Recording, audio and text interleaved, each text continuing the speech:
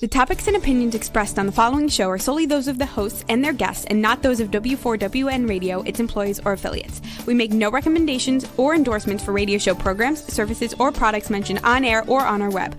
No liability, explicit or implied, shall be extended to W4WN Radio, its employees, or affiliates. Any questions or comments should be directed to those show hosts. Thank you for choosing W4WN Radio.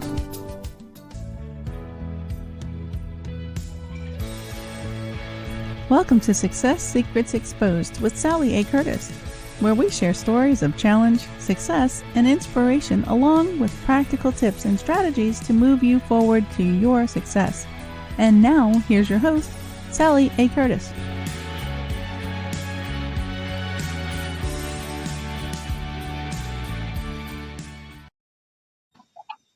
Good evening and good morning and good day to you all. Thank you so much for joining us again for this extra episode of Marketing Magic with Celeste and I. So we're going to be talking all things content creation as well as content repurposing. So we look forward to sharing with you some practical tips and some steps on how you can go about creating and repurposing your content. For those that are new to the show, I'm a marketing and business development strategist for speakers, coaches, and consultants.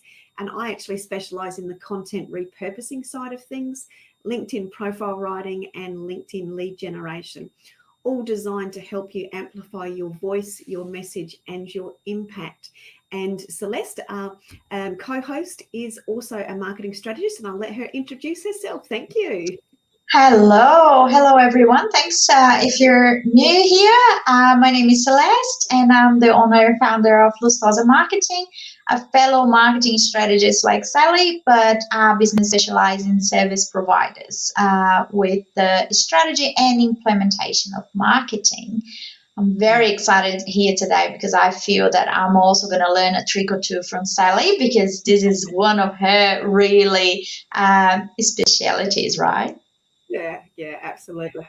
So I'd love to get in and we sort of bounce back and forward if we made a day. And I'd love to hear your perspective, particularly from that marketing strategist, and because you're so strong at that customer journey element.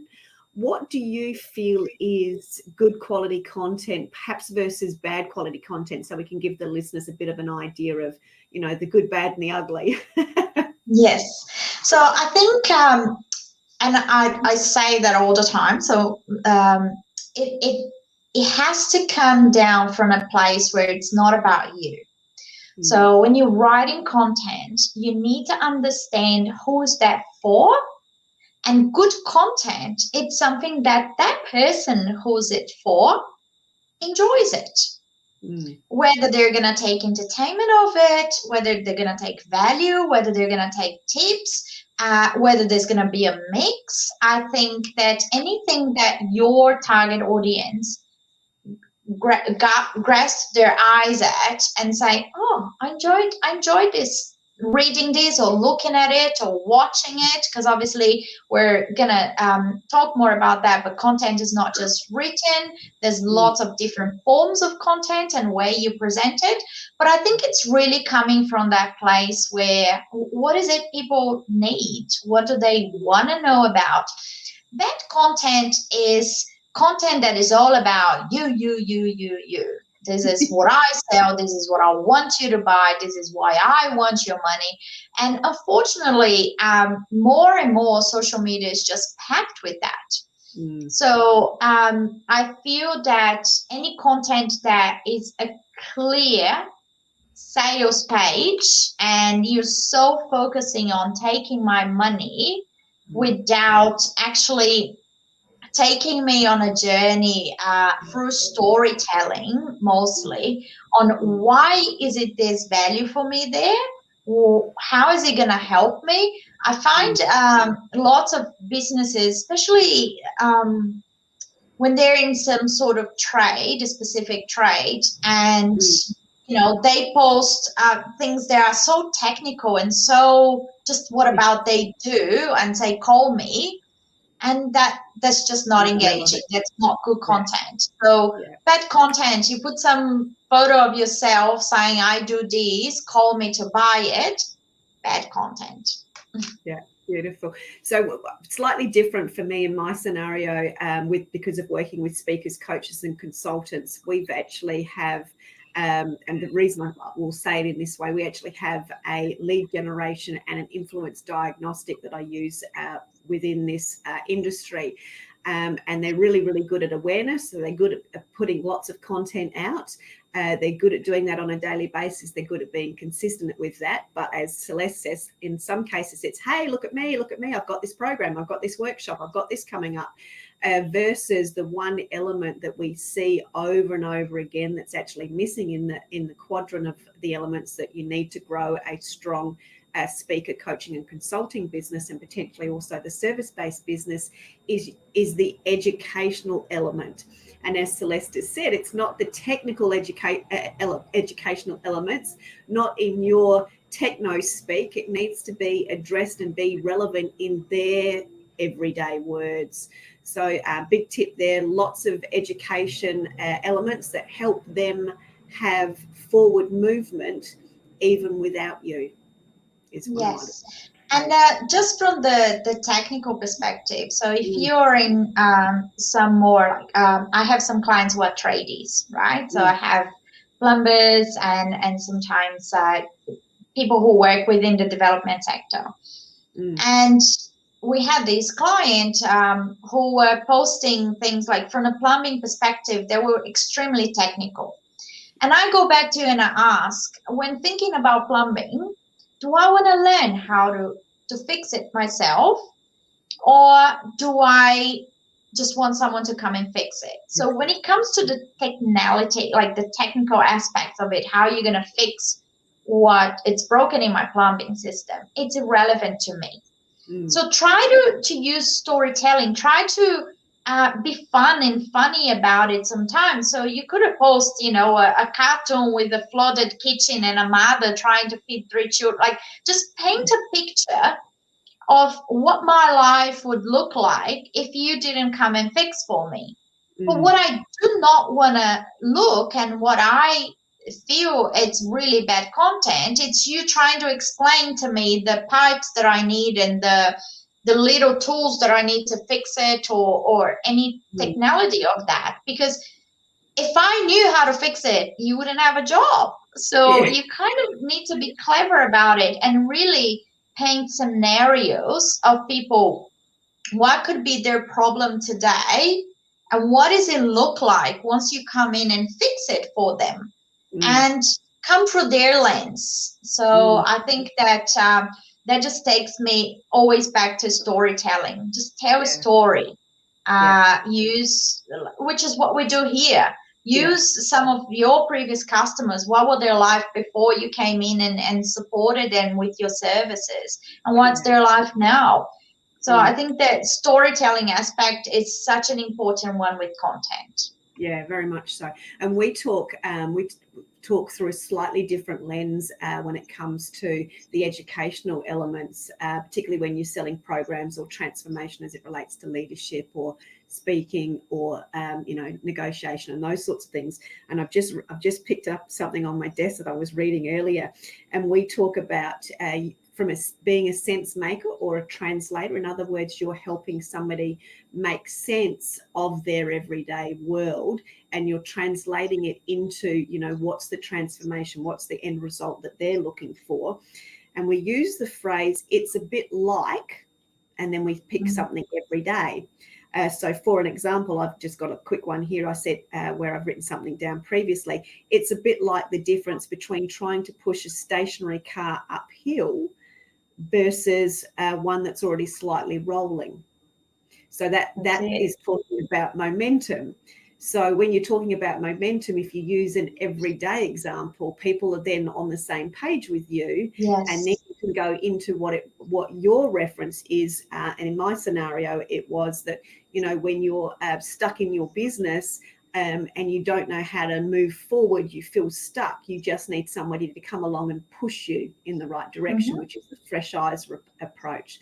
So we refer to that as that sense making, using really easy we call them, I suppose, bridging statements. You know, it's a bit like X, and then provide something that's an everyday scenario that your clients and everybody would understand, and then explain your scenario as it relates to what you're wanting to help them with. So thank you for that. That was a great lead in, Celeste. Yeah, and I think the scenarios and analogies, testimonials, using some case studies to send a message are really a great way as well to make your content interesting.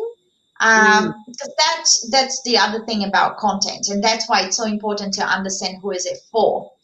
So it is interesting to who is it for. And it's not to say that it needs to be lighthearted or it needs to be photos and videos. Like, it depends. If your target audience is professors with PhD of certain areas, then you need to be, drafting content that is at their level. So they don't want to see little pictures or cartoons or inspirational little posts. They want to see data, research, more of a heavy document into what they need. So this one thing that I like to say all the time is that there's hardly any right or wrong with content in terms of the format, because it's whatever's going to suit your audience. What makes it wrong is not writing it for your audience, is writing it for yourself or for your business.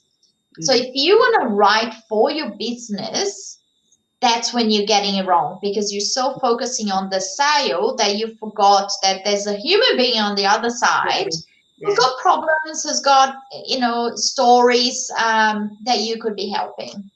Yeah, absolutely. I've got a client at the moment that's written a book, and she's got the most fabulous case study example. She works in the retail sector, and she was painting this beautiful picture, and she's used it as a case study. She's referenced this lady that had gone from being in a team leadership role into a store manager role, and what the differences were from her from a focus perspective, from a day-by-day basis. When you're a team leader, you're seeing staff immediately, but when you're a store manager, you're less hands-on and less visible. So she painted this beautiful picture of what the difference is between a team leader and a store manager, around the concept that a lot of team leaders are promoted to store managers and then suddenly wonder what the hell just happened, because it's so opposite to what they're used to.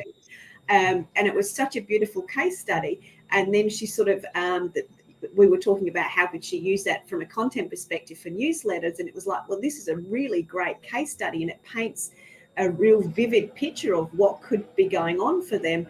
And, we just popped some little tips and some ideas of how they could have forward movement or questions that they could ask themselves, just to create a very simple, easy to digest, easy to read, easy to understand newsletter. So there's so many opportunities to be able to create good quality content when you put the relevance back to your audience, which is always easier in some cases for other people to do for you than often doing it for yourself, because you don't see your gold nuggets like an outsider with fresh eyes. Yeah. And can I just take your lead on saying that I would really want business owners to understand that if writing content is not your thing, that's okay too. Not everybody is a writer, not everybody has that skill set. But this is a really well invested money in your business to get a proper copywriter or a marketer or someone, engage with an agency, engage with people like Sally and myself, both of us, who can create this content for you in the right way possible. So it's okay to outsource it. You'd better off outsourcing it than trying to just wing it.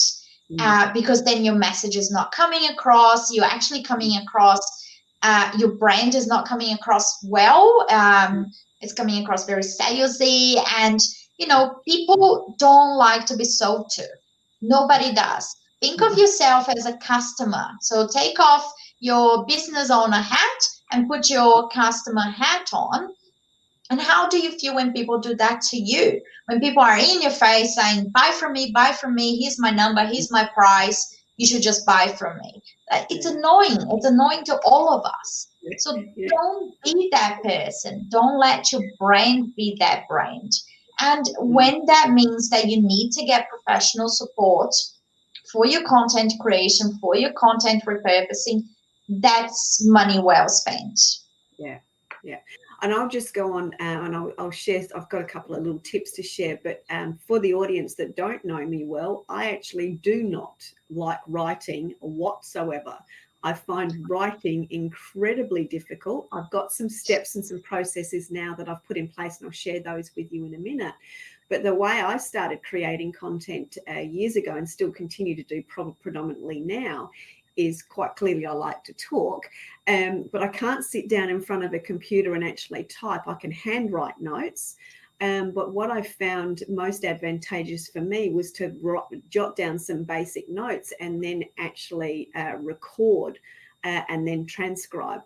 So that I want to just share a quick example of what the opportunity is if you are a talker, if you're somebody that likes to talk, or if you are naturally a speaker or talker or workshop facilitator, for example, or if you're more in the service-based businesses like Celeste's clients are, then it's easier to talk as you're wandering around the house and having a rant.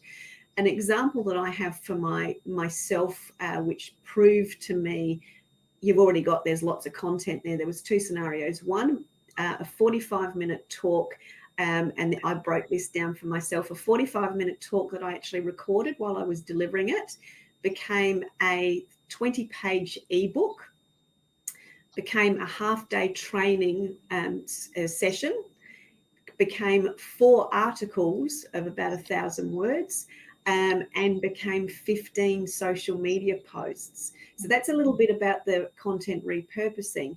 But there's opportunities if you do not like writing content, but you're recording stuff that you're doing on a daily basis. You can, in actual fact, create content on the fly. You don't have to sit down with your head in your hands going, oh my God, I've got to create content. You're probably already doing it. Yes, I believe everyone is doing it like anyone is telling stories on a day-to-day basis, is living experiences, is having exchange of information with people. That is happening. That is, you're creating the content. Your business is creating the content. So that's the other thing I wanted to say, and I think it applies more from my end than yours, but allow your team to create content with you. Yes. So it inspire everyone to share, inspire everyone to take ownership on that messaging. So if you have staff, there are the ones in front of the customers. You're a baker, you have a bakery, or you have a cafe. Allow them to be part of that as well. I find that not many staff that are on the floor in front of the customer are given the opportunity to support as drivers of your marketing. And I think they carry so much insight and knowledge and understanding of your customers' frustrations and what your customers are really excited and happy about when they interact with your brand. And just give them a voice. Give them the voice. I'm not saying that you should make everyone an admin in your social media page. Absolutely not. But create a forum, create a template, create something where people can put their experiences in. It could be a Word document, as simple as that. I'm not trying to complicate. It could be a shared, Google Drive that you have a template and you have a few questions saying, look, whenever you experience that, chuck it in here. And then you might have someone like myself or like Sally that can go there and actually get that transformed into the messaging that you need. Yeah. There will be nothing more authentic for your business than that. Yeah, so absolutely. Don't feel that you need to do it by yourself. I'm the owner, therefore I'm the content creator. Absolutely not. Your staff are, your partners are, or the business that collaborate with you are, and your customers are content creators for you. Yeah. obviously you always, as the business owner, you always have the last sort of look over it. But I think, absolutely. Yeah, I love the expression you've used, the lived experiences. We call that the on the run stuff. So can you share some of your lived experiences, and then I'll perhaps add some of mine. And then the reason I want to share some of this stuff is because then I'll give you some tips on how you can capture it, as Celeste just has said, in a Google Drive. But those, when you build out a library of elements, it does make the whole job much, much simpler. And we do have a download today which actually does talk about creating a photo library. So some of the things Celeste is going to talk about is going to add to that, and I'll come in with some photo scenarios. So one of the things that I always think about from business owner's perspective, and I try to use it as in my business to really always create better ways to support my clients, is we are so busy being business owners that we forget that our best insights and our best research into becoming better businesses is understanding ourselves as consumers. So you're actually interacting with people all day. You are a consumer yourself. You are using other people's business, or not in a bad way, but you're taking advantage of other people's services on a daily basis. Why not record these interactions? Why not use them and tapping into your own experiences to say, oh, I went to this cafe and stuff was a bit rude to me. How did that make me feel? And tap into that, write down in very simple way. So, how that made you feel, and use that within your business. Are we making our customers feel that way somehow? How can I voice the importance of, customer experience for our staff? I think the other thing is photos of your day-to-day. One of my clients were working through their social media strategy, and they're real estate agents. So they were so focusing on the property, right? Oh, this is the property. It's got 3 bedrooms. It's got these. And we started to looking beyond that, because a property is just the bricks. What is the family that's going to buy the property going to experience? So let's look beyond the bricks. Let's go to the local cafe and see how it feels. Let's take the kids to the local park. Put yourself in that place of your future client, and then record those experiences. So you have the local cafe. Take a photo of your cappuccino with the nice little, I love when they do the little tricks with the thing, the little love heart on the top. Take a photo of that. Tag that cafe. Give a shout out to another business owner. And then use your experience as a way to create new content for your business. So my feelings, my interactions, my learnings from whether it's a bad or a good experience can be brought into my life as a business owner. Yeah, and I think the real estate agent scenario is a great example, and I've got some cafe ones to share as well. Some of the we call them behind the scenes or on the run sort of photos that you can capture from a real estate agent's perspective. If you've got a team of staff, have you showcased your team? Have you got scenarios where you've been out to dinner to celebrate something? Have you got pictures of the staff with some clients? I'm sure that if you've got great staff, the staff get gifts from clients that they've sold the property or brought a property. Taking some of those, doing a shout out for those are really simple, everyday, relatable, behind the scenes scenario. A cafe example from a photographs scenario, and this is both capturing going into somebody else's bakery, if you own a bakery, and having a look what their display shelving or fridges look like. I remember working with a bakery, and we went into a couple of their own bakeries. And when you went in and you looked at the lineup of the cakes were all higgledy-piggledy. And from a visual appeal perspective, it looked messy. Therefore, it looked untidy and uncared for, and sort of unappealing potentially. But when you've got all of the beautiful cakes and they're all lined up beautifully and they're sort of almost color coded, it's very appealing and appetizing. So, you know, you can use it twofold. You could say to your staff, hey, we don't ever want the display cabinets to look like this. This is a no-no, but this is how we want it. So you can capture those photos and use them as a training scenario, but also share it as social media posts. Hey, if you ever come into our shops and see our cakes looking like this, tell us, tag us. We want to know. You can have fun ways of making competitions perhaps, or involving your audience, and all that sort of stuff. Probably more your specialty than mine, but... Yeah, that's actually one of the huge top 5 things you can do to really create great content is encourage engagement. It's encourage participation. So some of the big brands around the world are very successful in putting campaigns that cost them nothing. So just as an example, one of the most successful Walt Disney campaigns, and Walt Disney's done some pretty incredible marketing, advertising, right? We know they've got a little bit of a budget in marketing sitting there. So, and I mean the Walt Disney, the real deal. One of their most successful campaigns to date cost them nothing.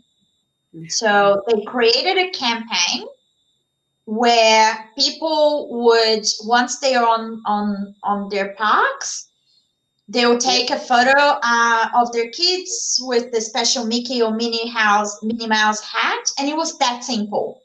You take a photo with the hat, and you tag and you My Minnie Mouse Day or My Mickey Mouse Day, something like that. They created a hashtag. I don't remember the exact details, but it was a really simple thing to do. Very simple details, like easy to follow. That's the key to competition and stuff. Don't complicate. Oh, you need to tag us, you need to follow us, plus these other 5 people, plus tag this, plus do it at lunch. No, make it simple. So Walt Disney campaign was simply, you're in the park, you get a Mickey Mouse or Minnie Mouse hat, little thing, and you take a photo of your kid with that, and you use the hashtag. Okay. Every single proud parent who was at Disney made that massive tick of I took my kids to Disney thing, participated. One of the biggest campaigns they've ever had. There was millions of shares of, because once a parent does that, they will share with the world. Look at how cute my little Leonardo is with the Mickey Mouse ears. And that thing is spread so far and so quickly.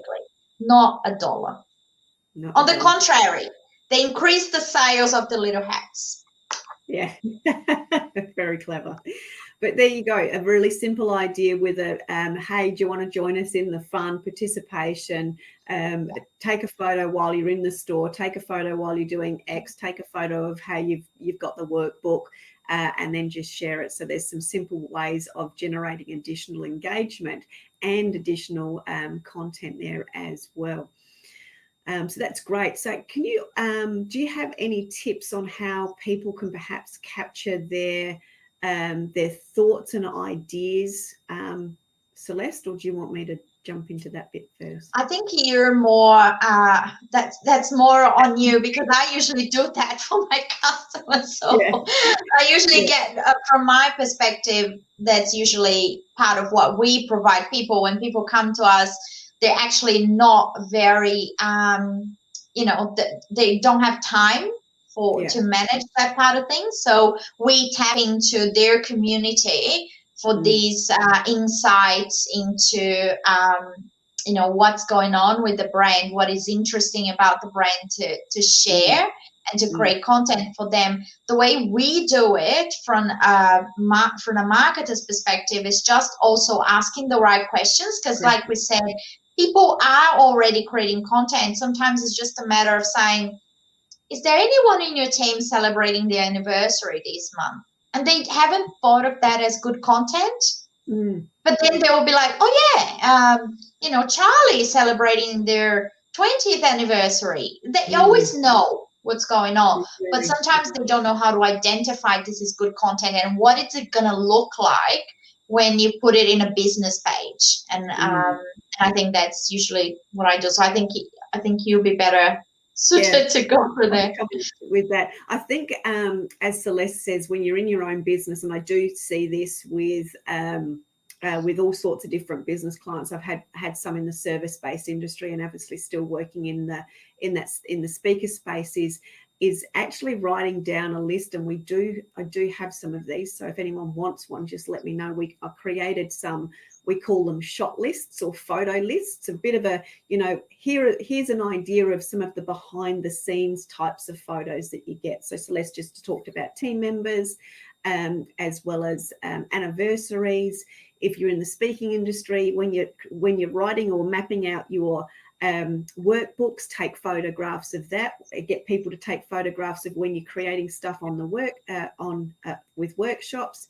Get some behind the scenes, not always you delivering from the stage, but when you're prepping behind the stage, do you have a meditation that you do? Do you have a certain pose that you do? Some of those really quirky, fun things. People love to know what goes on behind the scenes, and that's evidenced by the types of TV shows that we have, where we've all got that, voyeuristic looking into somebody else's life perspective. They love it. I only watch it for research. Yeah, me too. Yeah.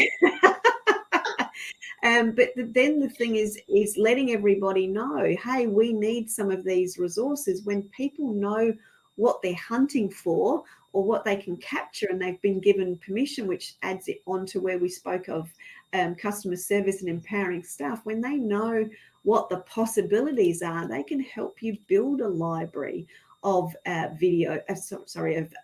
of photographs and potentially video little moments that you can capture and can repurpose. So it's just having a common vision of elements that you're looking for, and then a common place to store them, so you can then create the right narrative to support your business and what you're wanting to do.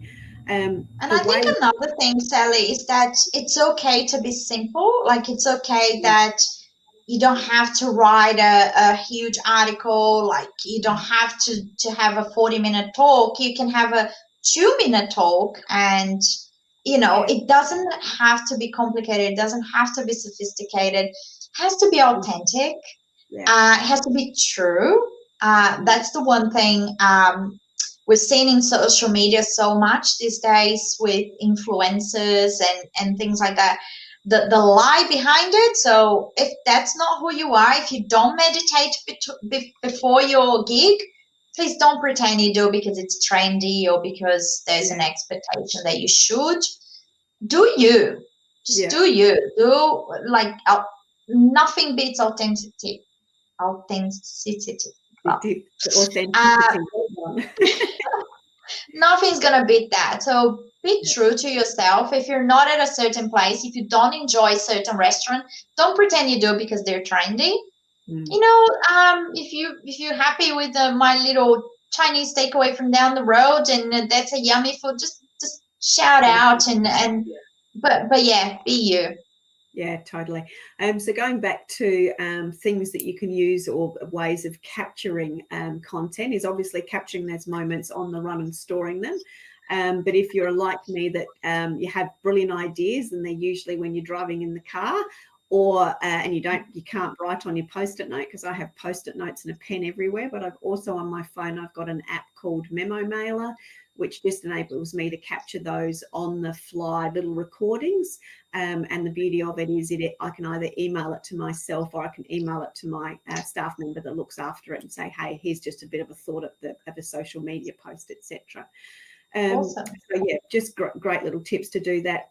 Certainly the best thing I can suggest is record everything, transcribe as much as possible, and then create it into either your short posts, your little short videos. As Celeste was saying, we're certainly seeing a trend where simple is best, simple is sexy, simple is easy to digest, it's easy to consume, it's easy for people to engage with. So get into your creation from that content that you've actually audio recorded. There's lots of different things that you can do with it from a repurposing perspective. Yeah, and I mean, appreciate the times that you're living in, guys. When I went to uni and I was doing marketing in the beginning 20 years ago, there was no fancy phones with a camera that you could do your video edit, post it online. Like, you have so much at your fingertips today to generate content, to put the content out there, to map it all out, to research it. I remember being a marketing manager 20 years ago, Sally. There's no such thing as Google stuff or social media. If you wanted to record a video, you had to pay big money to a videographer who would come on site. Like, we needed big budgets. You'd come on site with a massive camera and like 3 assistants to carry the rest of the stuff. And spend all Today, day. all you need is your phone. You know, really take advantage of that. Yeah, absolutely. You've got things much easier these days for sure. So I would, as Celeste is saying, capture and seize all of those very, very special moments. The less valuable your brain tells you in that instant that you think it is, the more valuable it is to your audience. Is one of the greatest tips. Lots of little short, bite-sized chunks, etc. Do you have any tips on article formats or article writing? I've got one I can share with the audience. No, not really, because I always come from the place of understanding the audience first, and then that format is almost gonna have to tailor to that. The one thing I would say though is that we do know the psychology of the human brain in terms of images and having to break things down into bite-sized pieces, especially now when people are busier than ever and you're competing with their attention, especially if it's online. So I would say the only thing I would say is like short, straight to the point, clear, but also when you can, always break it down a little bit with an image or a short video or an audio or dot points, something that's going to make it really easy for people to glance through it. Yeah, absolutely. So I totally agree with all of that. The thing that just popped into my head, an element to share. In the world that we're in, we do have a bit of a format as it relates to article writing, and it comes from the scenario of format, as in format, and it's a way of answering questions as it relates to the questions your audience is actually going to be answering. So some of the questions that I generally ask myself as it relates to the audience when I'm writing articles and give people a bit of a formula is, what's the story? What's the title? That's always a tricky bit. What's the story that highlights your message? So starting with the story, as Celeste has suggested. Then describe, why is this important? Why does your audience need to know this? This is about talking about the relevance element. Why do they need to know it? And why is it so important that they do know it? What's the value in it for them? Then we talk about, what's the impact if they don't follow your advice or don't see these insights.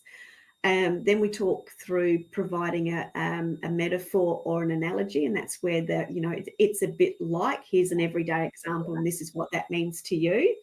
And then providing evidence, statistics, facts, etc., that support what you're actually sharing with somebody. And then if you have some steps or processes to help them have forward movement, jot them down. So that's a little bit of an article format, but I'm going to give you another big tip. If you've written those steps down, and you, like me, on occasion I am a rule follower. Lots of times I'm not. But when I first got that, here's the steps to write a good article, I would start at the top, and I'd get stuck straight away with the story, and then I would go, I can't write, and put it off to the side.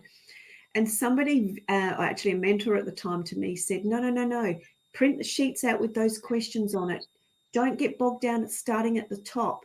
If you've got a bit of an idea of what the title is, maybe write the title or even one word, but start wherever the inspiration lands.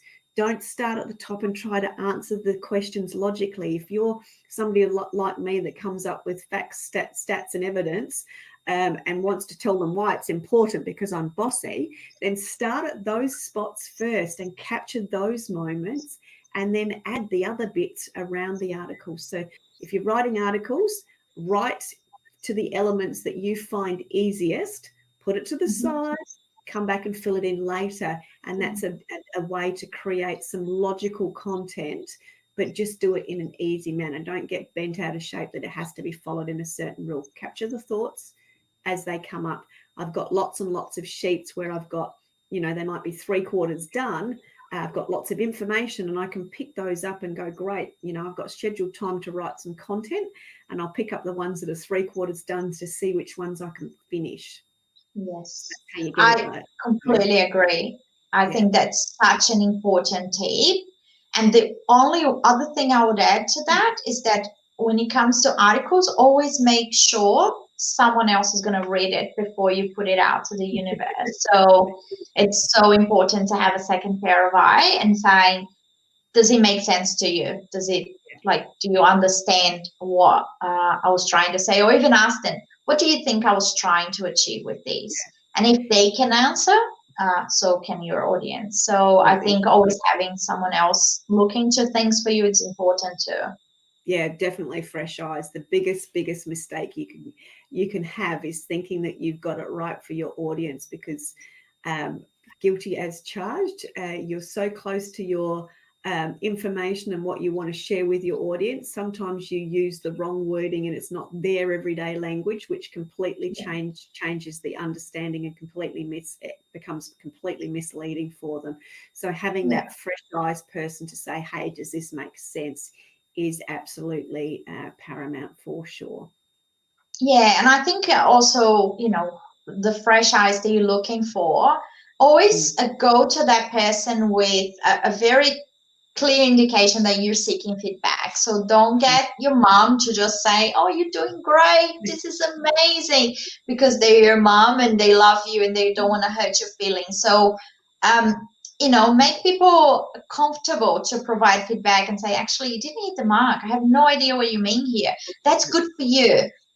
Make them feel comfortable to say things to you, coming from a place that, look, this is not hurting my feelings, this is helping my business. And I think that's a way of looking into constructive criticism as, this is not hurting my feelings, this is helping my business. And but make sure you also make that very clear. Look, I'm seeking feedback, I'm putting this out in the universe on my business page. Please give me constructive feedback. Yeah, absolutely. And I find, and be willing to add a little bit too much, because I think if somebody's, we use editors, and I've got special people that we use, and if they cut it by half, that just means they've made it, shorter, punchier, and it's on the mark. Whereas, I've got into bossy or waffle mode because I'm trying to share too much. And the last thing your audience wants, if you think, and we've all had that experience where you've asked a loved one a question or somebody that's in the know, and all you wanted, is it A or is it B? And they're giving you the fire hydrant of information. You're going, well, great, now I'm drowned and now I've got no idea whether it is A or B. Now I'm confused. So less is more. Yes. Yeah, yes, definitely. Less is more, and less is easier to get to the point. Yeah, absolutely. And just from a content perspective, and I haven't seen recent statistics you may have, Celeste, around the level of consumption people need to have before they actually make a sale.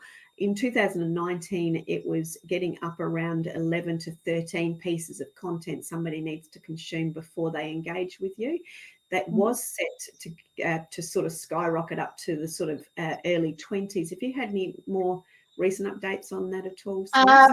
No, but I do know it did. COVID and the fact that people have been online a lot more did skyrocket that number, because people are having contact with so much content. You have to appreciate that now it got a little bit harder, because they are actually checking your content, your competitors' content, and they're comparing everything, comparing information. It's very crowded because everybody's online and everybody's putting a lot of content all the time. It's getting quite confusing. So, and I think that just brings me back to the importance of having something that is more concise and straight to the point, and have clarity of your message, clarity of what are you trying to say. Yeah. So, and that's the other thing I want to add. If you have nothing to say, don't say it. Yeah. Don't just fluff it around and mumble, and because then that just confuses people. And I think I posted on my social media the other day just the data about, a confused brain does not make a decision. Correct. So unless I have clarity of what you're trying to tell me, I'm never going to make a sale. You're not going to make a sale with me, because confused brains don't make decisions.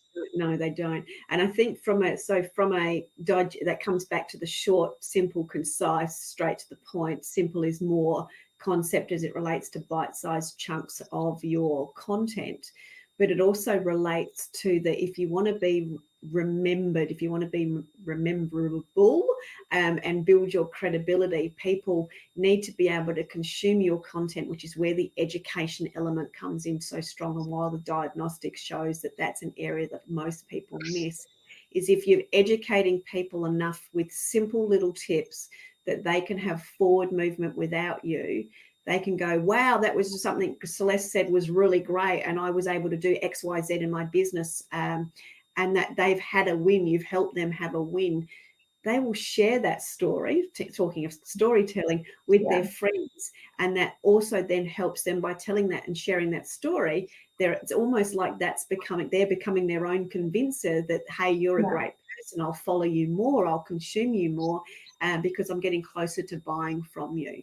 Just to recap on that short bite size. Yeah, because your content will help build trust. And that's what education does. It builds trust, and people want to buy from people they trust. That's that simple. I'm sure that, once again, take off your business owner hat and put on your consumer hat. You want to be able to trust the person you're making a purchase from. So that education, there's even a little rule that is the unspoken rule. I know it's used for a number of other things, but also you can use it for your content, which is the 80-20 rule. So 80% of your content is giving. Yes. You're giving me something. Entertainment, information, value, freebie, it's whatever it is. And only 20% of your content is sale.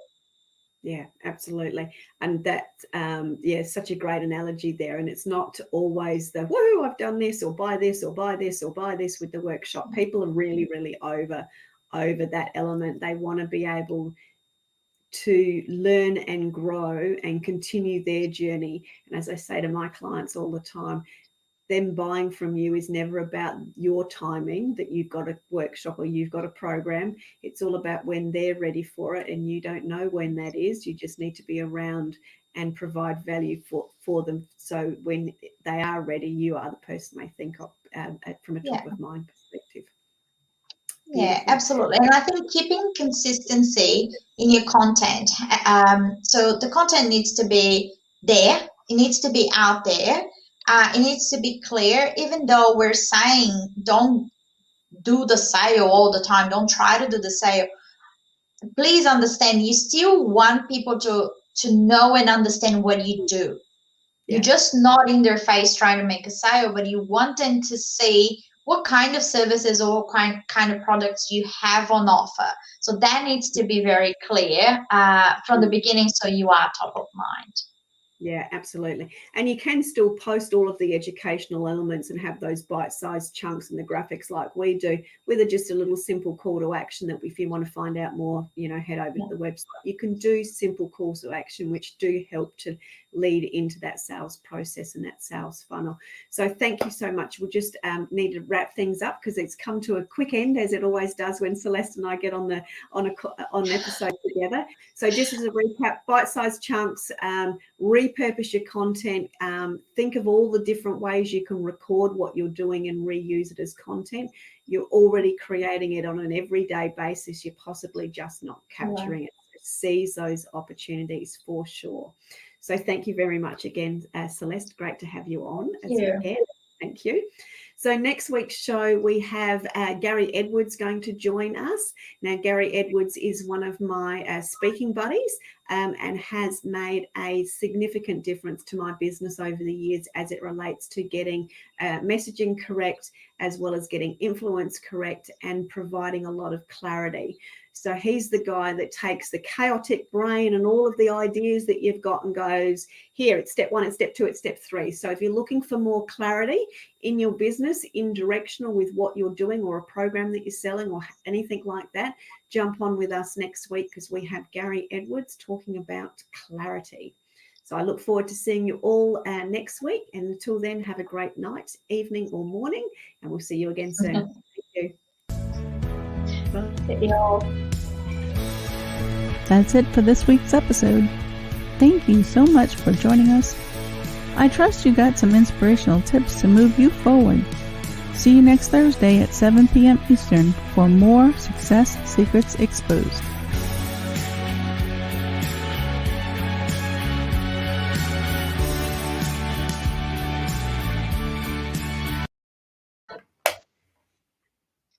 Done.